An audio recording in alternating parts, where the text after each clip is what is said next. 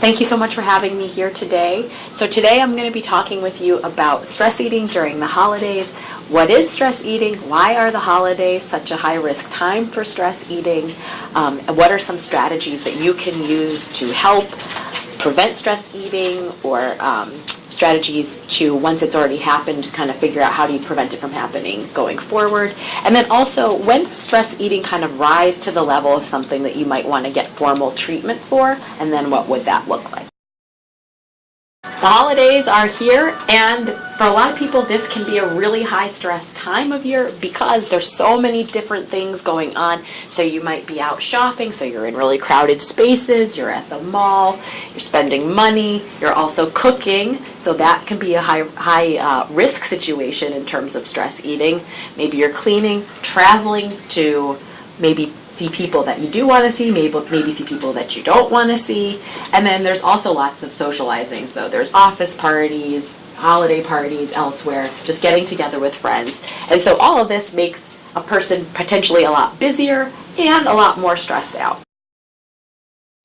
And so you've got all these stressful situations going on, and there's also tons of food around because it's the holidays. So we just had Thanksgiving, we just had Hanukkah pass by, we've got Christmas coming up, New Year's, and with that there's all kinds of special foods that go along. People are bringing things in. There just seems to be food everywhere. So you've got food, and in combination with stress, that creates the perfect situation for stress eating. We've got all these stressors, and then we've got all this food, and there are some specific ways that the holidays can put us at high risk for stress eating. So one is we've got more to do with less time, and when you're really busy, you may have less time to figure out what you're going to eat, when you're going to eat. This might kind of fall to the bottom of your to-do list. You're maybe making fewer meal plans for yourself, figuring out what you're going to have for dinner. And with all of that, maybe you end up being more hungry or going longer stretches in between your meals or snacks because you just have so much to get done during the holidays. And should I stop there? Or should I? Yeah. Okay. Then additionally, a lot of people are traveling. And so with that, if you're traveling to a different time zone, you may have jet lag. And so it's 8 o'clock your time, but it's only 5 a.m. wherever you travel to. You're hungry for breakfast, but it's not time to eat yet. So your hunger and fullness can get all kinds of thrown off if you're traveling. And then also when you're traveling, in addition to just jet lag, your routine is off because you're probably not in your home environment. You're doing all different kinds of things during the day. You don't have your kind of set pattern of your meals and snacks. And so things are just kind of thrown off, and including when you're going to eat and what you're going to eat. And then, as I mentioned before, oftentimes during the holidays, you're interacting with family and friends. Sometimes, and hopefully, a lot of those are positive. You're getting together with people that you love, but a lot of times, these can be really stressful interactions. Maybe there are some relationships that are a little bit more fraught, and you reconnect with those people over the holidays, and that can be a big stressor for people. And then, of course, there's lots of parties. Lots of times there's lots of alcohol at parties, and we know that when people are drinking, that lowers inhibitions, and that can lead to, if you've been really holding back and saying, I'm not going to have those cookies, I'm not going to have those cookies, once you've got the alcohol on board, those thoughts kind of fly out the window, and you're like, what the heck, let me just have those cookies. A question for you all is, so we've got all these stresses that might come up around the holidays. There's lots of available food. We know that these things come together to result in stress eating for a lot of people. Why do you think that happens? Why does food plus stress for so many people lead to stress eating? So I put up here a few ways, and I think you already mentioned a couple of these, of why we think stress plus food can result in stress eating for so many people. So one, if you've got all this kind of chaotic stuff going on around you, the food can present a nice temporary distraction from all of that stuff. I'm going to take a break from everything that's going on around me, and I'm going to focus on something else. While I'm eating, I'm not thinking about all that other stuff. It can also just be soothing. It tastes good. You're kind of doing this repetitive chewing motion. You're focusing on the texture. You're kind of taking a break again from all the stuff that's going on around you. Also, it can feel rewarding of, oh gosh, look at all the stuff I had to deal with today. I deserve to have an extra brownie. It's the holidays. Give myself a break here. So what we tend to know happens though with stress eating is that your stress may be really high, you start eating, and then maybe your stress really goes down, but then you stop eating, and the eating didn't solve anything. All that stress is still there. Whatever was causing it doesn't disappear just because you ate a few cookies. And so what we know is that then stress goes back up.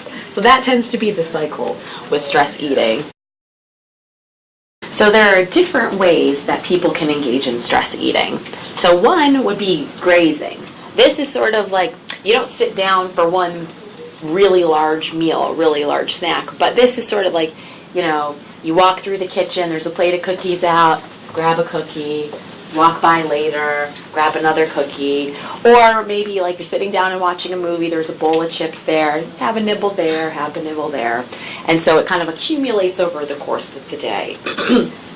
Emotional or stress eating, so that is like specifically when you are eating in reaction to an emotion because you're feeling sad, or you're trying to manage that emotion. So I'm feeling sad and I want to feel better, and this is going to help me feel better. And then binge eating. So binge eating is you eat an unusually large amount of food, and while you're eating, you feel out of control. And so this you can kind of liken to a snowball that's rolling down a hill. It has a momentum of its own, it gets bigger and bigger, and it's hard to stop a snowball once it's rolling down the hill. And so these are the different ways that stress eating could present itself. So stress eating and binge eating are not exactly one and the same.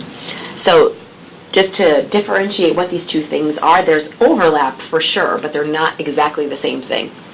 So with binge eating, we know this is an unusually large amount of food. So we're not talking that you go back for seconds at a meal. We're talking you go back for thirds, fourths, you eat an entire pizza and a carton of ice cream. That's what we're talking about with binge eating. That's definitely going on in binge eating. It might go on with stress eating. It might not. Loss of control, as I said with binge eating, if you're binge eating, you're feeling out of control. You might feel that way if you're stress eating. A lot of times people, instead of saying they feel out of control in the moment, more say they feel regretful afterwards. Stress eating is in response to an emotion, feeling stressed out. With binge eating, yes, sometimes it is, sometimes it's not. And then in both cases, both of these things could also be in response to hunger as a risk factor. Okay, so let's talk about strategies that can be helpful in reducing stress eating. So one, if we know a potential risk factor is hunger, and the holidays are a time when your schedule might get thrown out of whack, the strategy here is to very explicitly and consciously make yourself a meal schedule and try and stay on that schedule. So what that means is, in addition to knowing I'm going to have breakfast, lunch, and dinner every day, and I know roughly when those things are going to occur, you're also going to make sure you don't undereat or skip any meals or snacks. So sometimes going into a big holiday meal, you might think, well, you know what, I'm going to go easy on lunch today. Maybe I'll skip lunch today because I really want to enjoy dinner tonight, and I know there's going to be like all these pies that I wanted to try. I really want to be able to have those things. What ends up happening in those cases is you're so hungry when you get there, and the food is so enticing that a lot of times then people end up going overboard and then feeling badly afterwards and feel like they overdid it. So we know with that targeting that risk factor of hunger, you want to make sure you do not undereat, you don't skip meals ahead of time, and also that you plan your meals ahead of time to whatever extent you can to make that a conscious goal for yourself.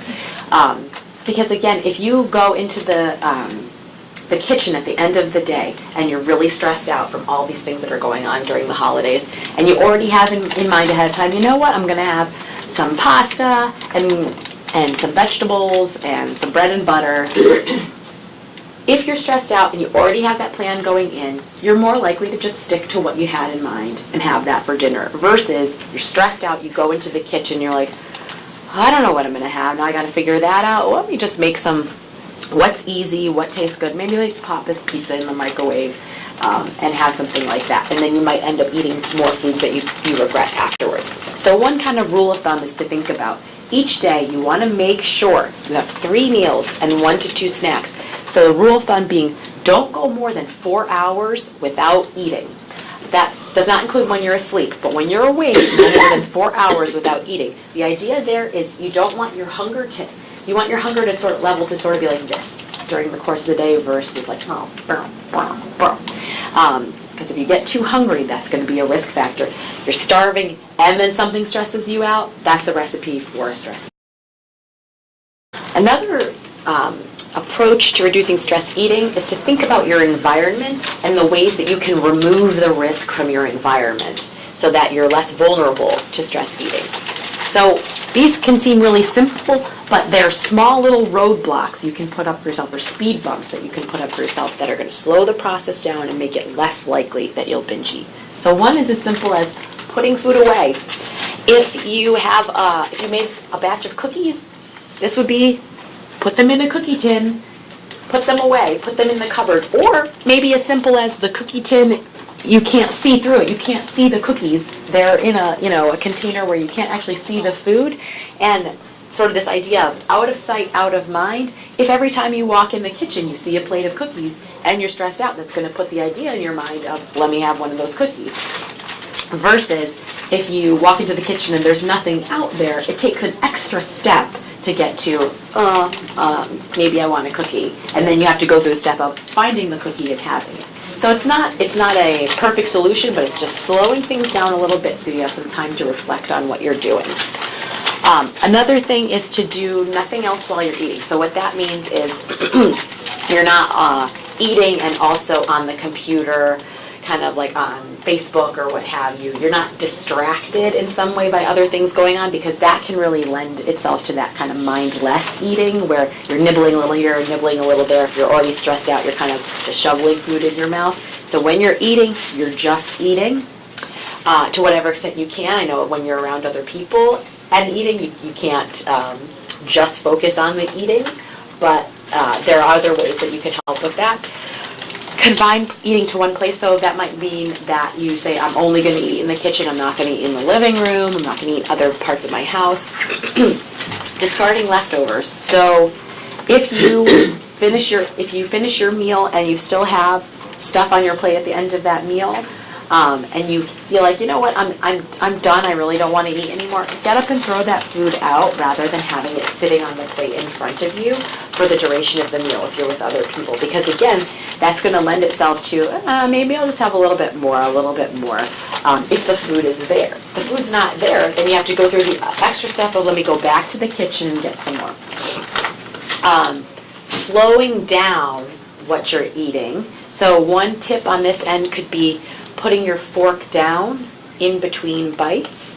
That slows the process down and puts you more in tune with your hunger and your fullness cues, so you might be more likely to stop when you're less full.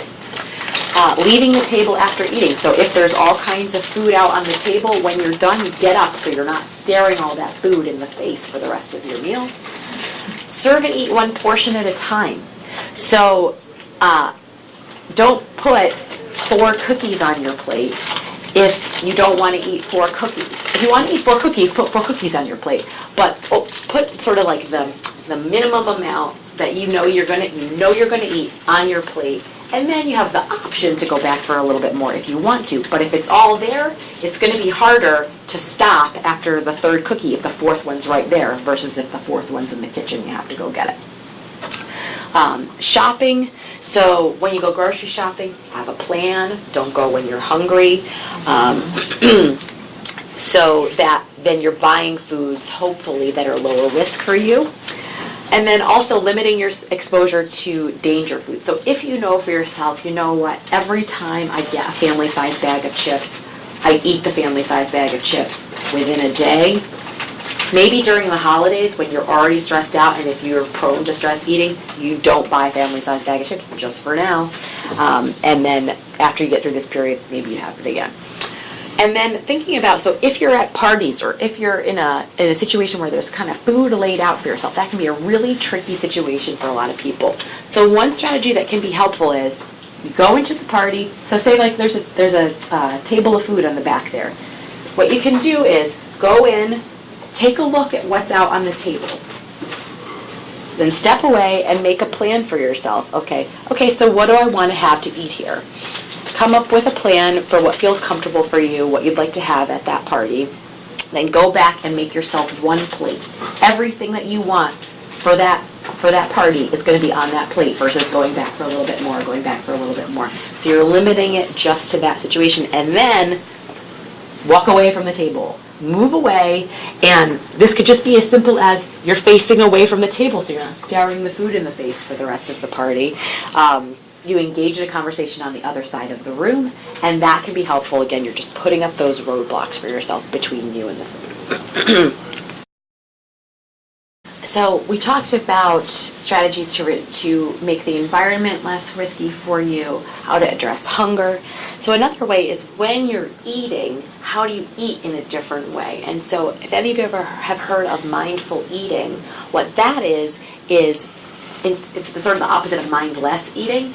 You're very present and you're noticing what does this food taste like? What does this food smell like? What does it feel like in my mouth? You're really paying attention to and being very present with the food that you're eating, and you're noticing your hunger and fullness cues. And just in a moment, we're going to do a mindful eating exercise. So in addition to that mindful eating while you're eating potentially being a strategy, there are other ways to try and get yourself more relaxed in reaction to stress, to physically feel more relaxed and maybe put you at a lower risk for stress eating. So I'm going to go through both of these things here. Progressive muscle relaxation and square breathing. We'll do examples of both of those as strategies that you can use. So the first is square breathing. So it's called square breathing because I've got a little square here, and what you're doing is this is a process by which you are slowing things down, giving yourself a break, and then trying to calm your body down when you're feeling stressed out. And so what you do is you inhale for a count of 4, then you hold the breath for a count of 4, exhale for a count of 4, and then hold before you inhale again for a count of 4, and you do that 4 times. And again, you want this to be the belly breath. So if you have a hand up here and a hand up here, down here, when you inhale, you want this hand to go out. Like that, okay, rather than up here. You want your belly to go out. And so maybe we can do just two rounds of this together. So let's just maybe do 2 squares together. We're going to inhale. Inhalar. 1, 2, 3, 4. Hold. 1, 2, 3, 4. Exhale. 1, 2, 3, 4. Hold. 1, 2, 3, 4. Inhale. 1, 2, 3, 4. Hold. 1, 2, 3, 4. Exhale. 1, 2, 3, 4. Hold. 2, 3, 4. So it's something else to focus on. Takes you a little bit away from the stress when you're focusing on this, and then hopefully it calms your body down a little bit. So I also want to talk to you about progressive muscle relaxation, which is another technique that you can use to try and get your body more relaxed if you're feeling stressed out. I think in the service of time, I'm going to do an abbreviated version of this, just so that you get the idea behind it, but we won't do the full exercise together. So basically what you're doing in progressive muscle relaxation is you're going through the different muscle groups of your body, and you're going to tense that muscle group. You're going to put a lot of tension in it. You're going to squeeze those muscles really tight for about 15 seconds, and then over the course of 30 seconds, you're going to slowly untense those muscles and let them get really relaxed. That's the basic idea, and we'll go through in a second. So I'm just going to tell you how you would tense and relax each of these muscle groups, and then you'll know how to do it on your own. And of course, you don't want to do any of these things if you have a pre-existing injury that you'd be worried about with any of these muscle groups. So for your forehead, what you'd be doing is, see what I'm like raising my eyebrows up so your forehead gets really wrinkly, so you're getting a lot of tension in your forehead. So that's how you would do the tension for your forehead.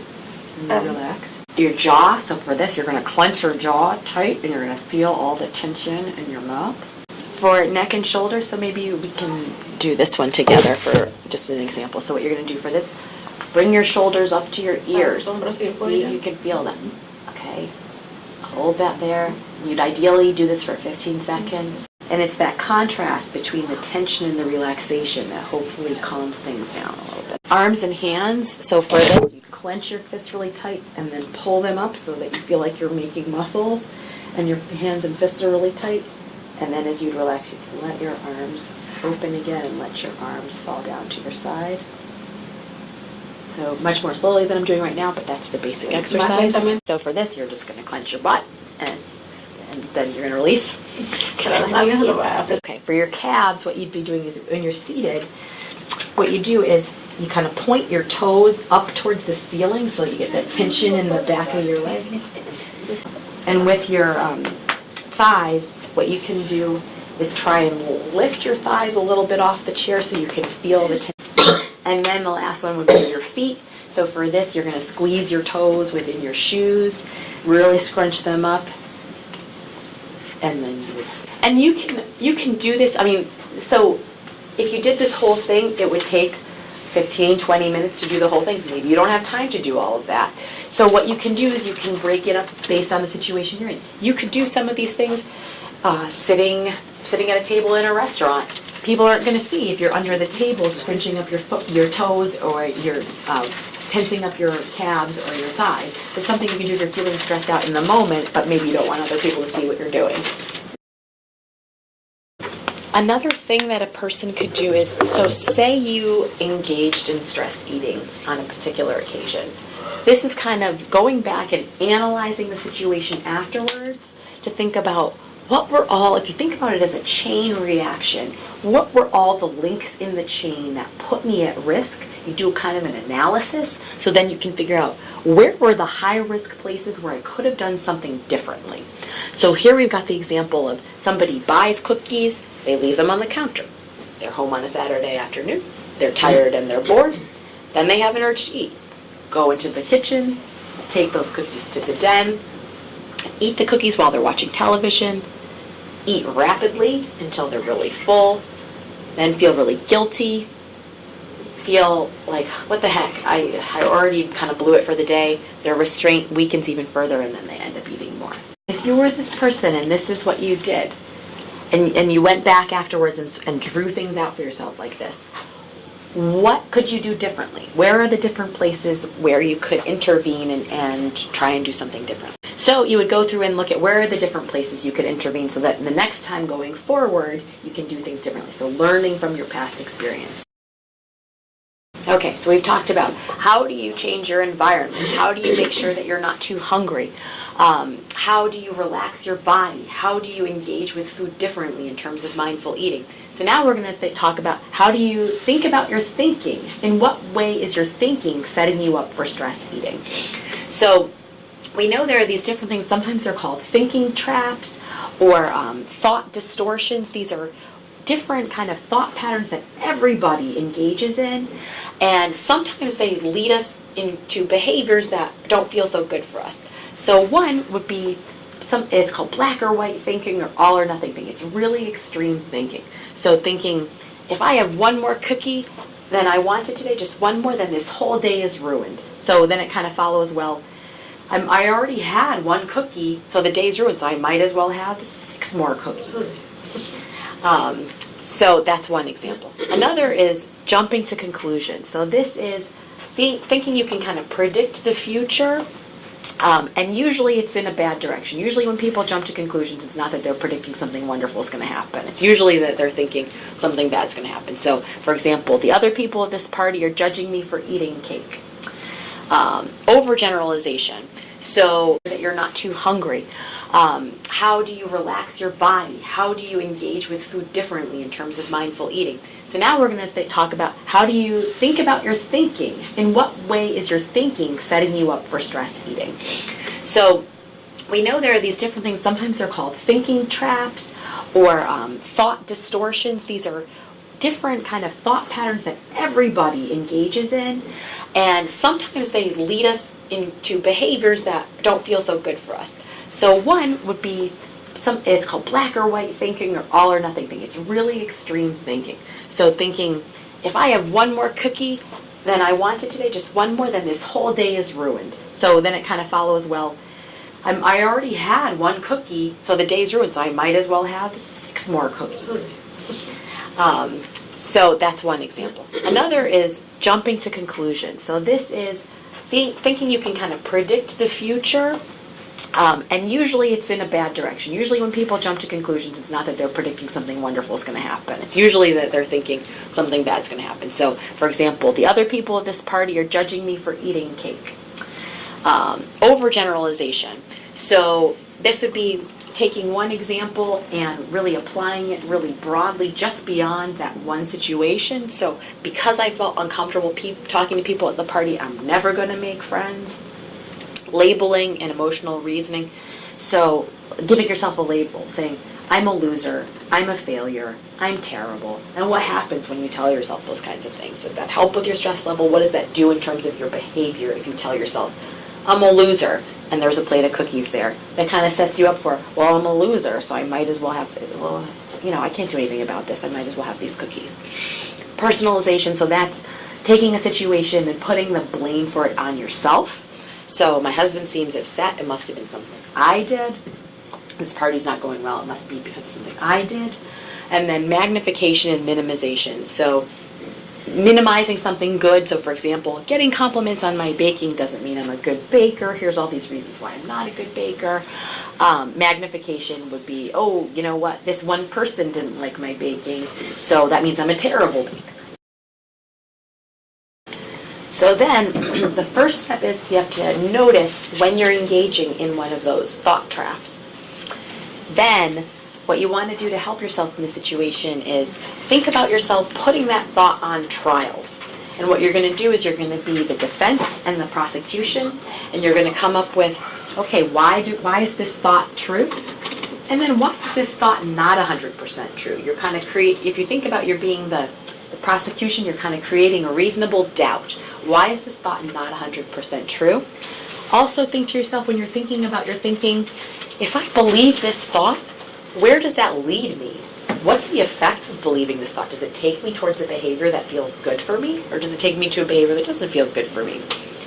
If I had a friend who came to me and was saying, here's what I think about myself, what would I tell that friend? A lot of times we can be a lot more objective and accurate and realistic when it's not about ourselves, when it's about a friend. So you can try and take that outsider's perspective. That can be helpful. Then what you want to do is put it all together.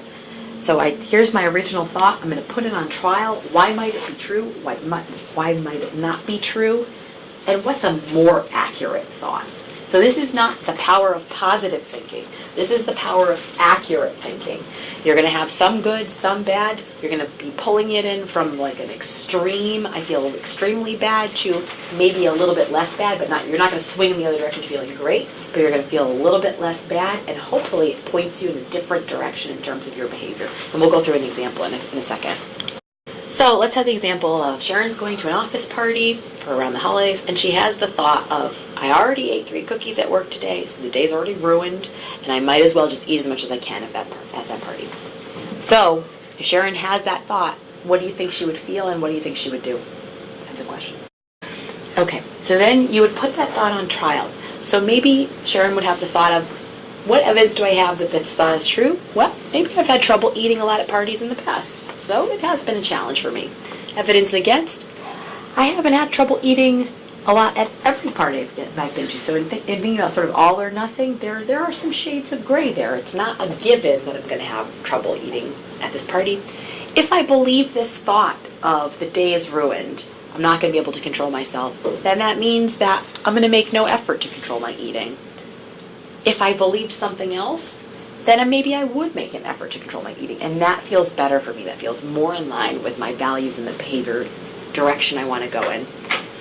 If I had a friend who said this to me, what I would tell them is, you know what, relax. A day isn't ruined just because you ate a little bit more than you wanted earlier in the day. There's always new opportunities to set and meet goals. So maybe you didn't feel super great, but you're going to feel a lot worse if you eat a lot more at the party. So then you put all that information together and come up with a more balanced, more accurate thought of, you know what, I don't really know if I'm going to be able to stick to a few special treats at the party, but I can make a plan to try and maximize my chances for success, and I'm not going to know if it's going to be helpful until I try it out. So rather than it being a foregone conclusion, I'm going to eat more than I want to at this party, I'm going to experiment and see if I can make it happen to have a reasonable amount. And so the behavior that follows from that is making a plan to just have a few special treats at the party, rather than going in with the mindset already of this is sort of ruined and I might as well just have as much as I want. So also I want to be thinking about, we talked about stress eating. When does problematic eating rise to the level of what we might think of as being a disorder? So when do we get to the level of binge eating disorder? So that would be when you're having a binge eating episode at least once a week for 3 months. So again, remember, a binge eating episode is, it's an unusually large amount of food, and you feel out of control while you're eating, and you're doing at least 3 of the 5 following things. You eat more rapidly than you normally do during the binge episode. You eat until you're uncomfortably full. Eating a large amount even though you're not physically hungry. Eating alone because you're embarrassed about how much you're eating. Feeling disgusted with yourself, or very guilty or depressed because of what you're eating. And you feel really upset about the binge eating. Good news, though, is that for people with binge eating disorder, there are some very good treatments that are very effective for this disorder. And so we've got them in 2 different realms: psychotherapy, talking to a psychotherapist, and then also medications. So in terms of psychotherapy, there are 3 therapy types that seem to be the most effective for binge eating disorder. So these, I'm going to talk a little bit about each one. One is cognitive behavioral therapy, interpersonal psychotherapy, dialectical behavior therapy, and then on the medication end, there are a number of antidepressants that have been shown to be helpful with binge eating disorder. Also, there's some evidence that some appetite suppressants are. And then also, for some reason, we don't know why, but there are some anticonvulsants that have also been shown to be helpful for binge eating disorder. So the first is cognitive behavioral therapy. It's sometimes called CBT. This is pretty structured therapy. You can do it in a group setting or individually with a therapist. And it's based on the idea that for a lot of people with binge eating disorder, there's this cycle that goes on where maybe a person generally has low self-esteem, and then this kind of gets funneled to, I feel badly about myself generally, and in particular about the way that I look, my shape and my weight. And so then they might try to diet or lose weight, and by really, really trying to restrict, that often leads to binge eating because you're holding yourself back, and then you're hungry and you're stressed, and the binge eating happens, and then you feel badly about yourself, and the cycle starts again. And so in CBT, you are doing different kinds of cognitive techniques that have to do with your thinking, and then also having to do with your behaviors, really practical, problem-solving kinds of steps to try and address the binge eating. Interpersonal psychotherapy is what it sounds like, so it has to do with the idea that the way that we interact with other people can increase our stress level, increase our negative emotions, and then lead to binge eating. So interpersonal psychotherapy, you're really looking at the way you interact with other people, analyzing your communication skills, and trying to communicate around with people around you more effectively, with the hope that that then allows you to be at less risk for binge eating. And then dialectical behavior therapy. So this has to do with the idea, is based on the idea that binge eating is in response to stress or painful emotions. And so in DBT, what you're doing is you're learning a lot about mindfulness, so mindful eating, kind of an example of what we did earlier, figuring out how to regulate painful emotions so they don't get so out of control, being able to tolerate distressing emotions when you have them rather than acting out on them. And the other good news is that self-help is actually really helpful for binge eating disorder. So there are a couple of there's more than a couple, but these are 2 in particular good books that have self-help programs for binge eating disorder that have been shown to be effective in research. Less effective than in-person psychotherapy, but less costly and less time intensive. So here's one: Overcoming Binge Eating, Beating Your Eating Disorder. These are both things you can do on your own to help with your binge eating. Okay, and then just wanted to leave you with a few other resources. So I've got the number for Columbia Psychiatry here. Also the Center for Anorexia and Bulimia, which offers a sliding pay scale. In addition, I believe they also take insurance.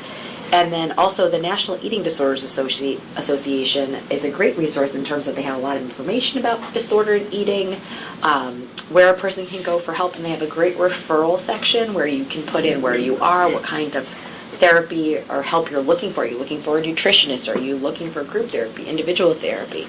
And then it will give you a whole bunch of resources.